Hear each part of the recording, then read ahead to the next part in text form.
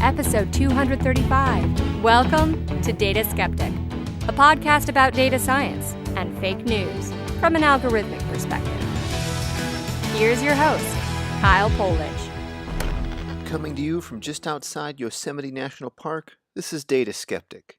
On today's show, I interviewed Dan Kahan from Yale's Cultural Cognition Project, a group of scholars interested in studying how cultural values shape public risk perceptions and related policy beliefs. We explore some of the empirical work that measures how people perceive new information in light of their existing beliefs. Dan Kahan. I'm a professor of law and psychology at Yale Law School. You've done a number of different research projects involving kind of the study of how people understand science and take information from scientific experts and things along those lines. Before we get into your formal research statement, what got you interested in this line of inquiry? Well, I've always been interested in gaps between expert and general public understandings of policy-related science. Earlier in my career, I focused more on criminal law issues like gun control and death penalty. But here at Yale University, I've made lots of contacts with other scholars who've had similar interests, and the agenda just got broader towards all forms of policy-related science.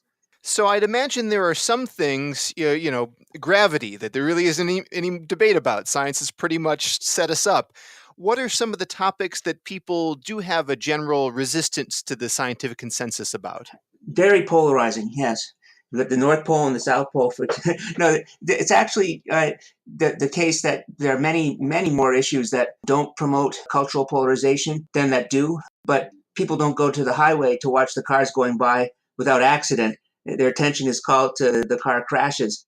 People tend to fixate on the relatively limited number of forms of policy-relevant science that do divide people on cultural grounds. The obvious example would be climate change, which is one of the most polarizing issues in U.S. politics. It's a dispute, too, not about what we should do in response to climate change. People with different values will almost certainly have different ideas about what the remedy should be. But instead, it's a fight over what the facts are of climate change, something on which there's plenty of scientific evidence. But there are other issues that are like this, too. Nuclear power is another example, and probably the most polarizing issue before climate change. The effectiveness of the death penalty or gun control, those are perennial issues. We can think of plenty of them, although we don't tend to think of the numerous other ones that don't divide people on these grounds. The latter class definitely is larger. So when it comes to something like climate change, obviously this is a well-studied problem, but to really be an expert in it, you need to go through a lot of schooling and understand that data. Some people might claim that, well, it's scientists who aren't distilling their information and their knowledge out to the public in an efficient or effective path. What are your thoughts on that point of view? Well, I don't think that the model from the mouth of the scientist to the ear of the citizen is right for any issue on which there's policy-relevant science. I don't think that the biologists did a better job explaining pasteurization of milk, for example, than climate scientists are doing explaining the greenhouse effect. The truth is that we always learn what science knows and what's valuable to us from inside our own peer groups, our communities, where we know who knows what about what, and we're good at judging credibility. People don't hear from scientists on any of these other issues. So I don't think the problem is that scientists aren't speaking clearly enough. If that's what people think the problem is, then that's the problem. Science doesn't move from the scientist to the citizen except through many intermediary institutions. So if there's something wrong with the consensus not reaching people, it's those intermediary institutions that probably are not operating the way that they should. How do we go about studying this empirically? What kind of research, and I guess I want to get into the background of the research you've conducted that helps us get a sense for how people do and don't process information? So we rely primarily in my working group on two kinds of studies. The first consists really just of surveys where we'll measure people's group outlooks and maybe their science literacy on the one hand, and then their views about the facts of one of these issues that divides people on cultural grounds on the other. What you might expect to see if the problem was that people didn't know enough science was that people who were highest in science literacy are converging despite diverse identities. But in fact, the opposite is true. As people become more science literate, they actually become more polarized. And that's not the pattern you would expect to see if the difficulty were that scientists weren't speaking clearly enough, for example. The other kind of study that we do is experimental. will test whether people credit or discredit a piece of information, depending on whether it fits with their cultural predisposition on an issue. We've even seen that people who are very good at math will have a lapse in their ability if in fact they're given a problem where the answer is contrary to their cultural predispositions. They won't perform any better on that kind of math problem anymore. Ah, fascinating. So they seem to have the analytical skill set, but there's something else cognitively going on. Is that right? Well, yeah, I think what happens is that people who are very good with numbers still have to rely on some intuitive sense that they've got the answer right before they move on. If they get the wrong answer, they think, well, maybe I should be looking at this harder. And when they feel like they finally got the right answer, they move on. It feels right. And I think with this kind of problem, people are confusing the kind of positive feeling they have when something fits their ideology for the positive feeling they have when they've got the answer right. And so they sort of give up too soon on problems that require them to think hard. In these studies, I know you've kind of broken down people into a couple of different categories for how their responses play out. Could you share a little bit about those labels, how you've designed them, measure for them, and so on? Now, typically, we use two different scales of attitudinal scales to measure what we call people's cultural worldviews. The two scales represent just alternative ways of seeing value in society. So one of them distinguishes between people who are relatively individualistic, who believe that individuals should be securing the conditions of their own flourishing without assistance from or interference by the collective, versus people who are more communitarian, who believe that, in fact, securing individual well-being is the obligation of the community, and who advocate that the community's policies take precedence over individual interests. That's one dimension. The second is hierarchical versus egalitarian. If somebody's hierarchical, that person values having lots of rankings that are based on individual characteristics, age and gender, even ethnicity. If they're more egalitarian, then they don't think anybody should be able to tell them what to do just based on those kinds of characteristics. And that gives us a really strong platform or foundation for studying people's perceptions of risk. People who have different combinations of values in that scheme will disagree about environmental issues on the one hand, or market regulation issues on the other. They disagree about public health issues like the HPV vaccine for school girls, now for school boys. They disagree about the impact of illegal drugs on people's health or on crime. We developed it by essentially doing focus groups with individuals who we thought had these characteristics and listening to them talk. And basically, the scale now is just a set of statements. Things like society has grown too soft and feminine, or something like this. That's on the hierarchy egalitarian scale. And based on people's scores, we can assign them membership to these different kinds of groups. That, to me, is the strongest way to approach these issues. But a lot of times, too, we'll just use right and left. That's good enough for something like climate change. But when we really want to try to get a more comprehensive view, we use this framework. It also helps us link up with scholars and other societies who couldn't measure just whether their subjects are the members of the Republican or Democratic Party, obviously. So it helps with that. I appeal to experts quite often if there's some big discovery. For example, recently there's been a proposed proof of the Riemann hypothesis, and I'm not qualified to evaluate if it's true or not. Really, I missed that. Yeah. We'll see where it goes, right? One of these comes out every so often. Well, that's a really good example, because even experts have to defer to other experts on something like that, right? That's a great example. So there'll come a point when the peer review process will take over, and I trust the scientific method. I won't claim it's perfect, but it's the best system we have. So I do appeal to experts. But I take it from some of your research that the way in which people appeal to experts evolves, based on who the expert is and how they're presented. Could you talk a little bit about the degree to which that impacts people's decisions? We call this psychological dynamic cultural cognition, which refers to the tendency of people selectively to credit and discredit information or evidence in patterns that reinforce their cultural predispositions. And it affects all manner of proof, from arguments that people are making to their ability to understand data, and also their assessment of the credibility of experts. So it turns out that people will view a person who's highly credentialed as a scientist as being an expert on a particular topic like climate change or nuclear power, conditional on that person's agreement with the position that predominates in people's groups or communities. The truth of the matter is that Neither side is saying that science isn't authoritative for the beliefs that they have about these policy issues, but they're processing information about what science knows in a way that's skewed or biased towards their forming and persisting in the beliefs that are common in their group. But when they argue about something like climate change, no one says screw the scientists. Who cares what they believe? They both say, well, science is on our side, right? It's kind of like when nations go to war, they say God is on our side. It's just that they're not processing the information that they usually would use, not so much to understand the science, because that's far beyond the capability and time that most citizens have, but just to recognize who knows what about what. And that kind of recognition is essential for science. Even scientists have to have it. Otherwise, it wouldn't be a process of incrementally augmenting our knowledge. You can't start over from the beginning every time. You have to be able to recognize what work you can rely on in building a scientific research program, for example.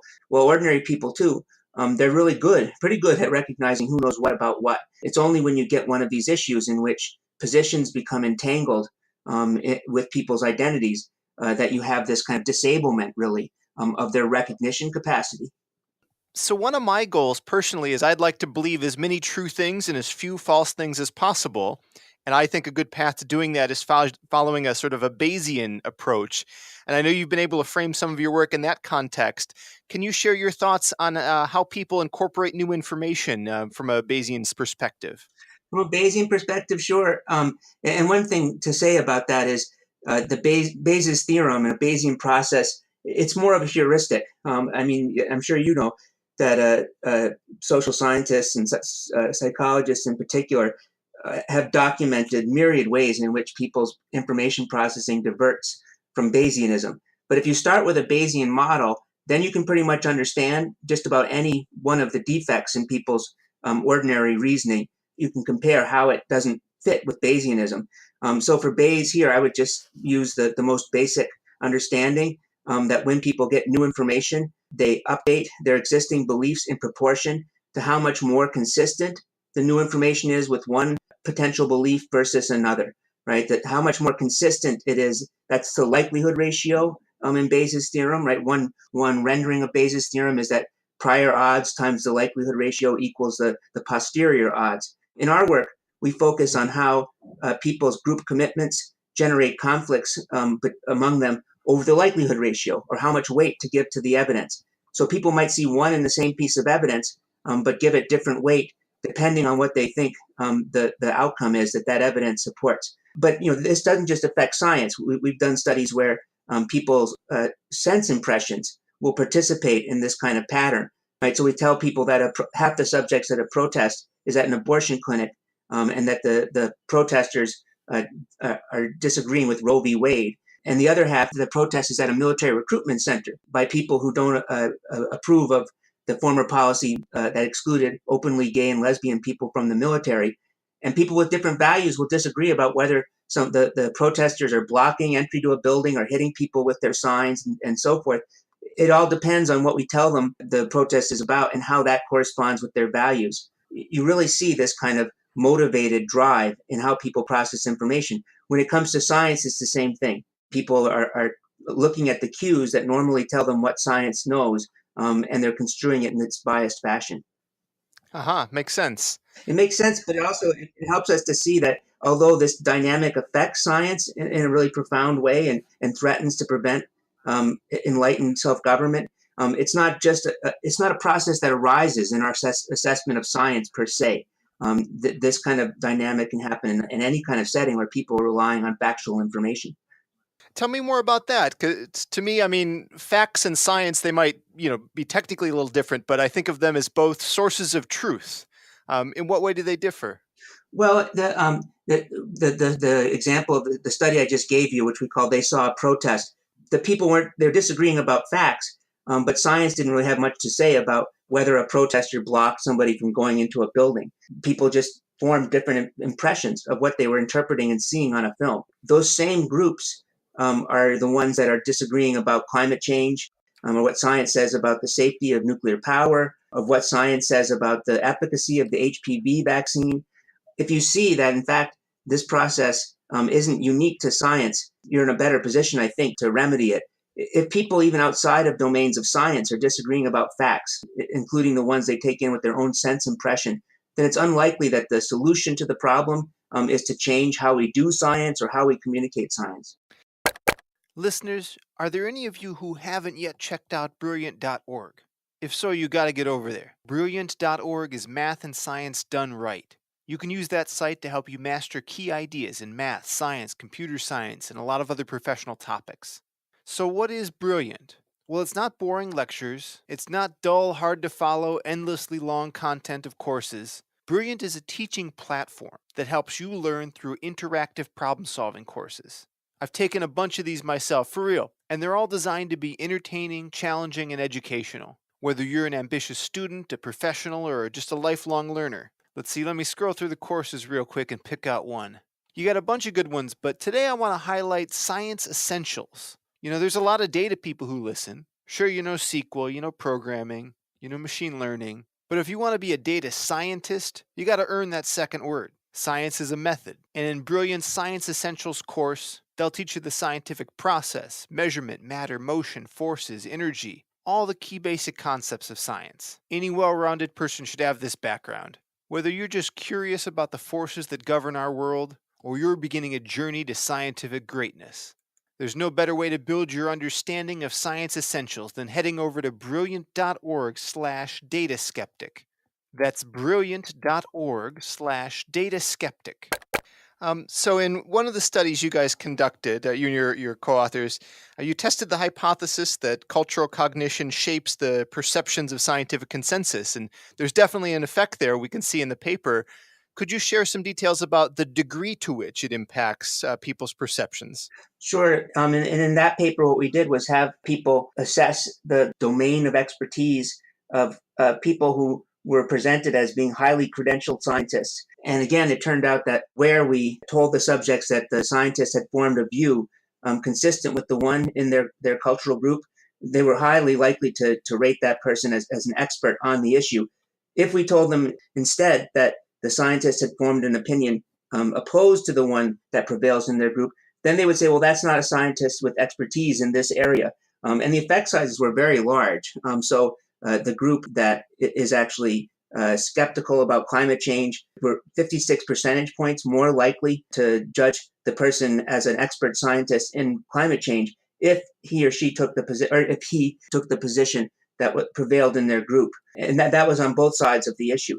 We saw similarly large effect sizes on something like nuclear power. So people are shifting from a decided majority in their group rating the person as an expert scientist in that domain to the position, no, he's not an expert scientist in our domain, depending on what they were told the scientists believed. In a Bayesian sense, their priors were determining what weight to assign to the new evidence. It wasn't that the weight of the evidence was causing them to adjust their prior attitudes or beliefs about the risk in question.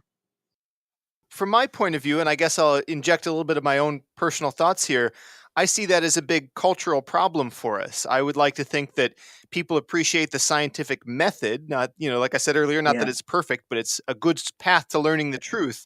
And when people then choose to adopt beliefs that are contrary to that, I see it as a problem. Do you agree? And have you found any way we could maybe mitigate this? Sure. But I think, again, it's important to understand this from inside the point of view of the groups that are disagreeing about what scientific consensus, or disagree about issues that are attended by scientific consensus.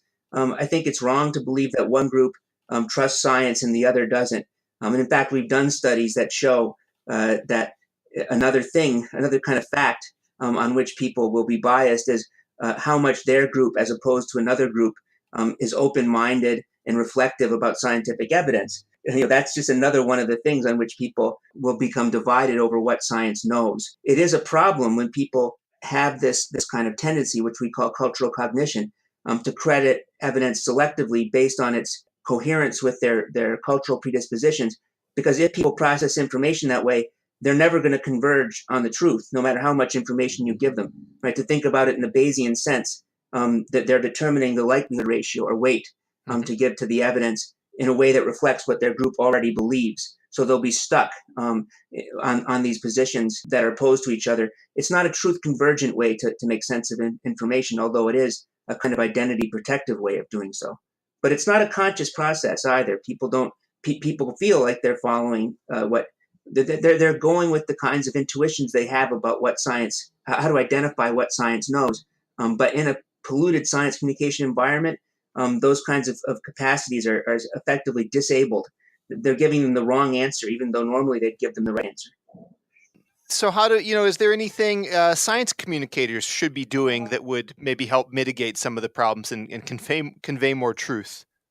Well, I think that it should be clear by now that just giving people more information is not the solution. People are going to credit that information or reject it based, again, on whether it's consistent with their cultural predispositions. What science communicators should be focusing on is the entanglement of these positions with people's identities.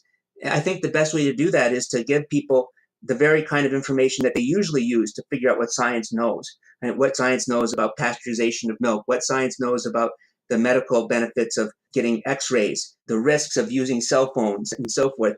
They see other people doing things that evince confidence in the science. When people are using scientific information to make important decisions about how to live, that's how other people learn what science knows.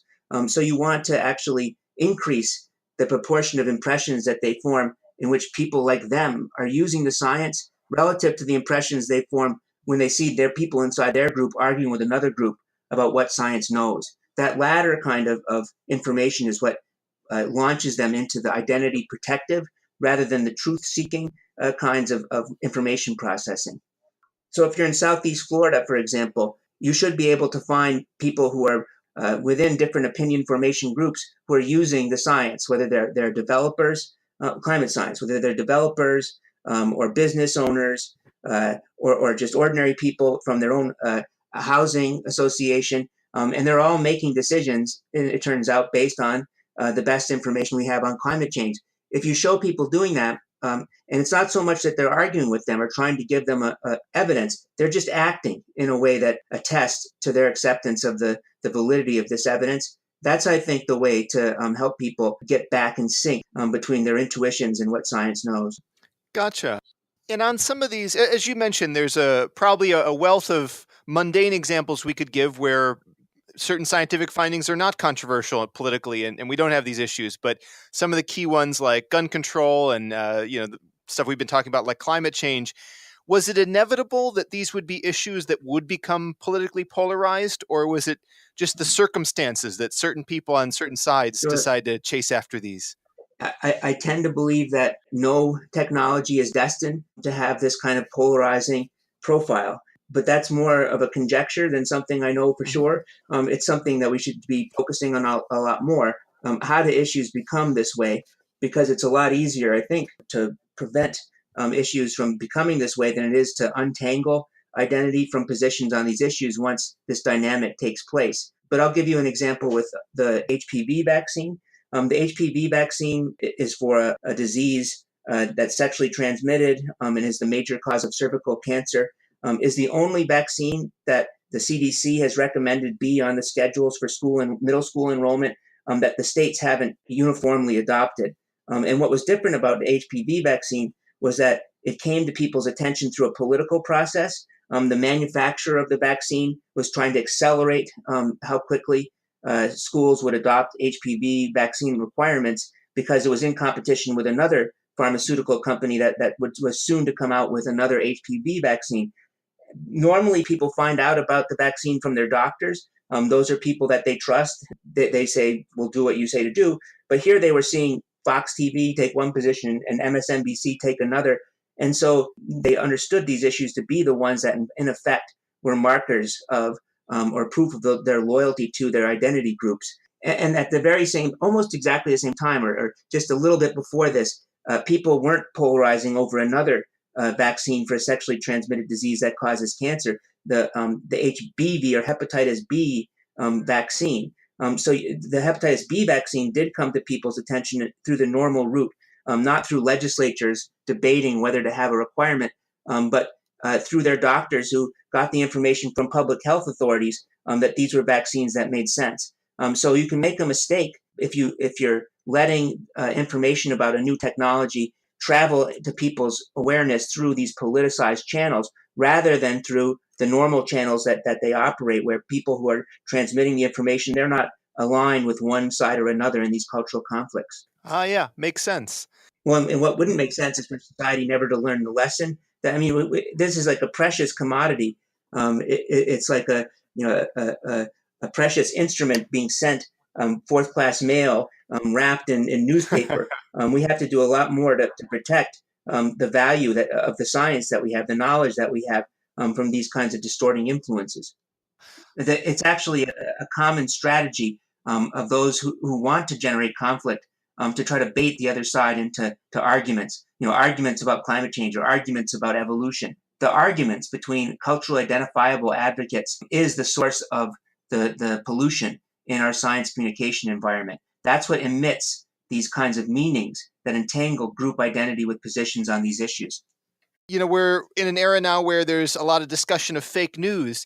Do you think that the proliferation of the internet and the access to information, are things getting better or worse? The idea of the echo chamber has been around for a long time, and the sort of the best evidence of the echo chamber is that the echo chamber keeps propagating the echo chamber thesis.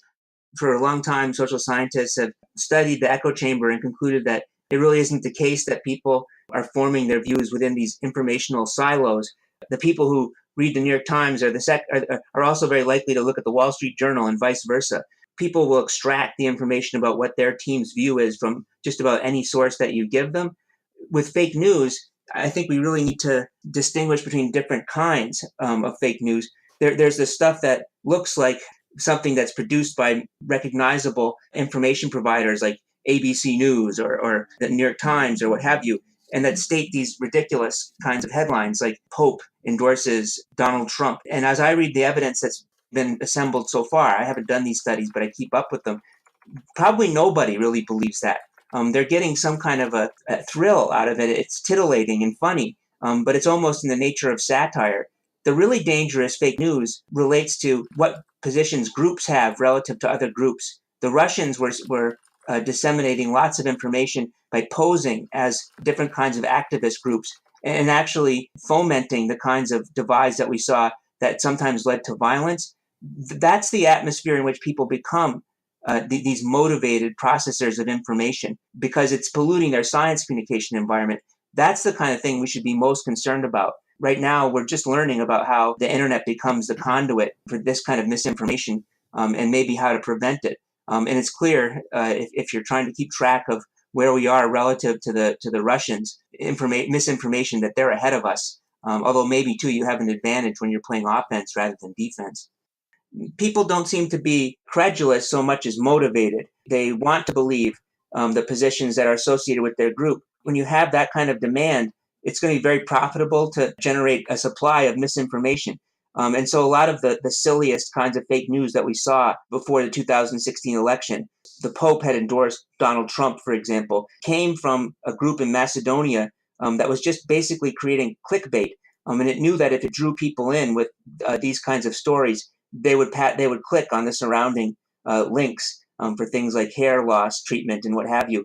Studies that suggest that nobody's really crediting those ridiculous headlines. They're just laughing at them. But the much more dangerous threat comes from the distortion and misrepresentation that Russia, for example, makes about the position of different groups on controversial issues. And so it's stoking up this kind of cultural division, say on police violence, that then makes people into the kind of people who process information in a biased way. That's much more threatening, I think, to our capacities to make sense of policy-relevant science than the kind of silly headlines. And at this point, we're just playing from a defensive position. We don't know how to actually control this dynamic.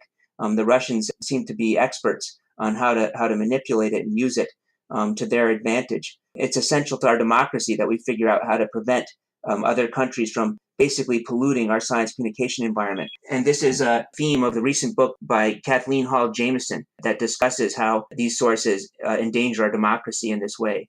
I highly recommend it. To wrap up then, I know we're approaching, another U.S. election. What are your thoughts on how concerned we should be that misinformation could play a major role in the outcome? Well, misinformation it has been with us for a long, long time. It hasn't originated from Russia all this time, but it originates basically from within our own society, where you have people divided along these cultural lines, and then conflict entrepreneurs who basically convince them that these kinds of issues are ones in which positions match their identity. We should be worried about that because the prospects for enlightened self-government depend on our having the kind of clean science communication environment in which our faculties for recognizing what science knows are not disabled. We should worry about that as we come up to a presidential election, or as we come up to any kind of election, local or national. We live in a society, one of the main focuses of which is to protect us from risk. The only way it can achieve that is if citizens are themselves able to recognize what it is that science knows. If diverse citizens recognize what science knows, they won't always agree on the policy. There'll always be disagreements based on their values, but nobody even knows what policies really implement their values in a science communication environment that essentially corrupts their capacity to interpret the cues and signs that science usually uses to have citizens orient themselves with the best available evidence. Well, then, where can people follow up online to learn more about your work and to follow your future publications? Sure. Our research group has a website, culturalcognition.net, and you can find lots of studies there about the dynamics that I'm talking about. And there's a blog that discusses these issues and oftentimes features data to help people make sense of them. We even solicit very actively hypotheses from the readers of the blog, and then we use the evidence that we have to test those hypotheses. Thanks for listening to Data Skeptic, where the news may be fake, but the data doesn't lie. Support the show and find extended materials at dataskeptic.com.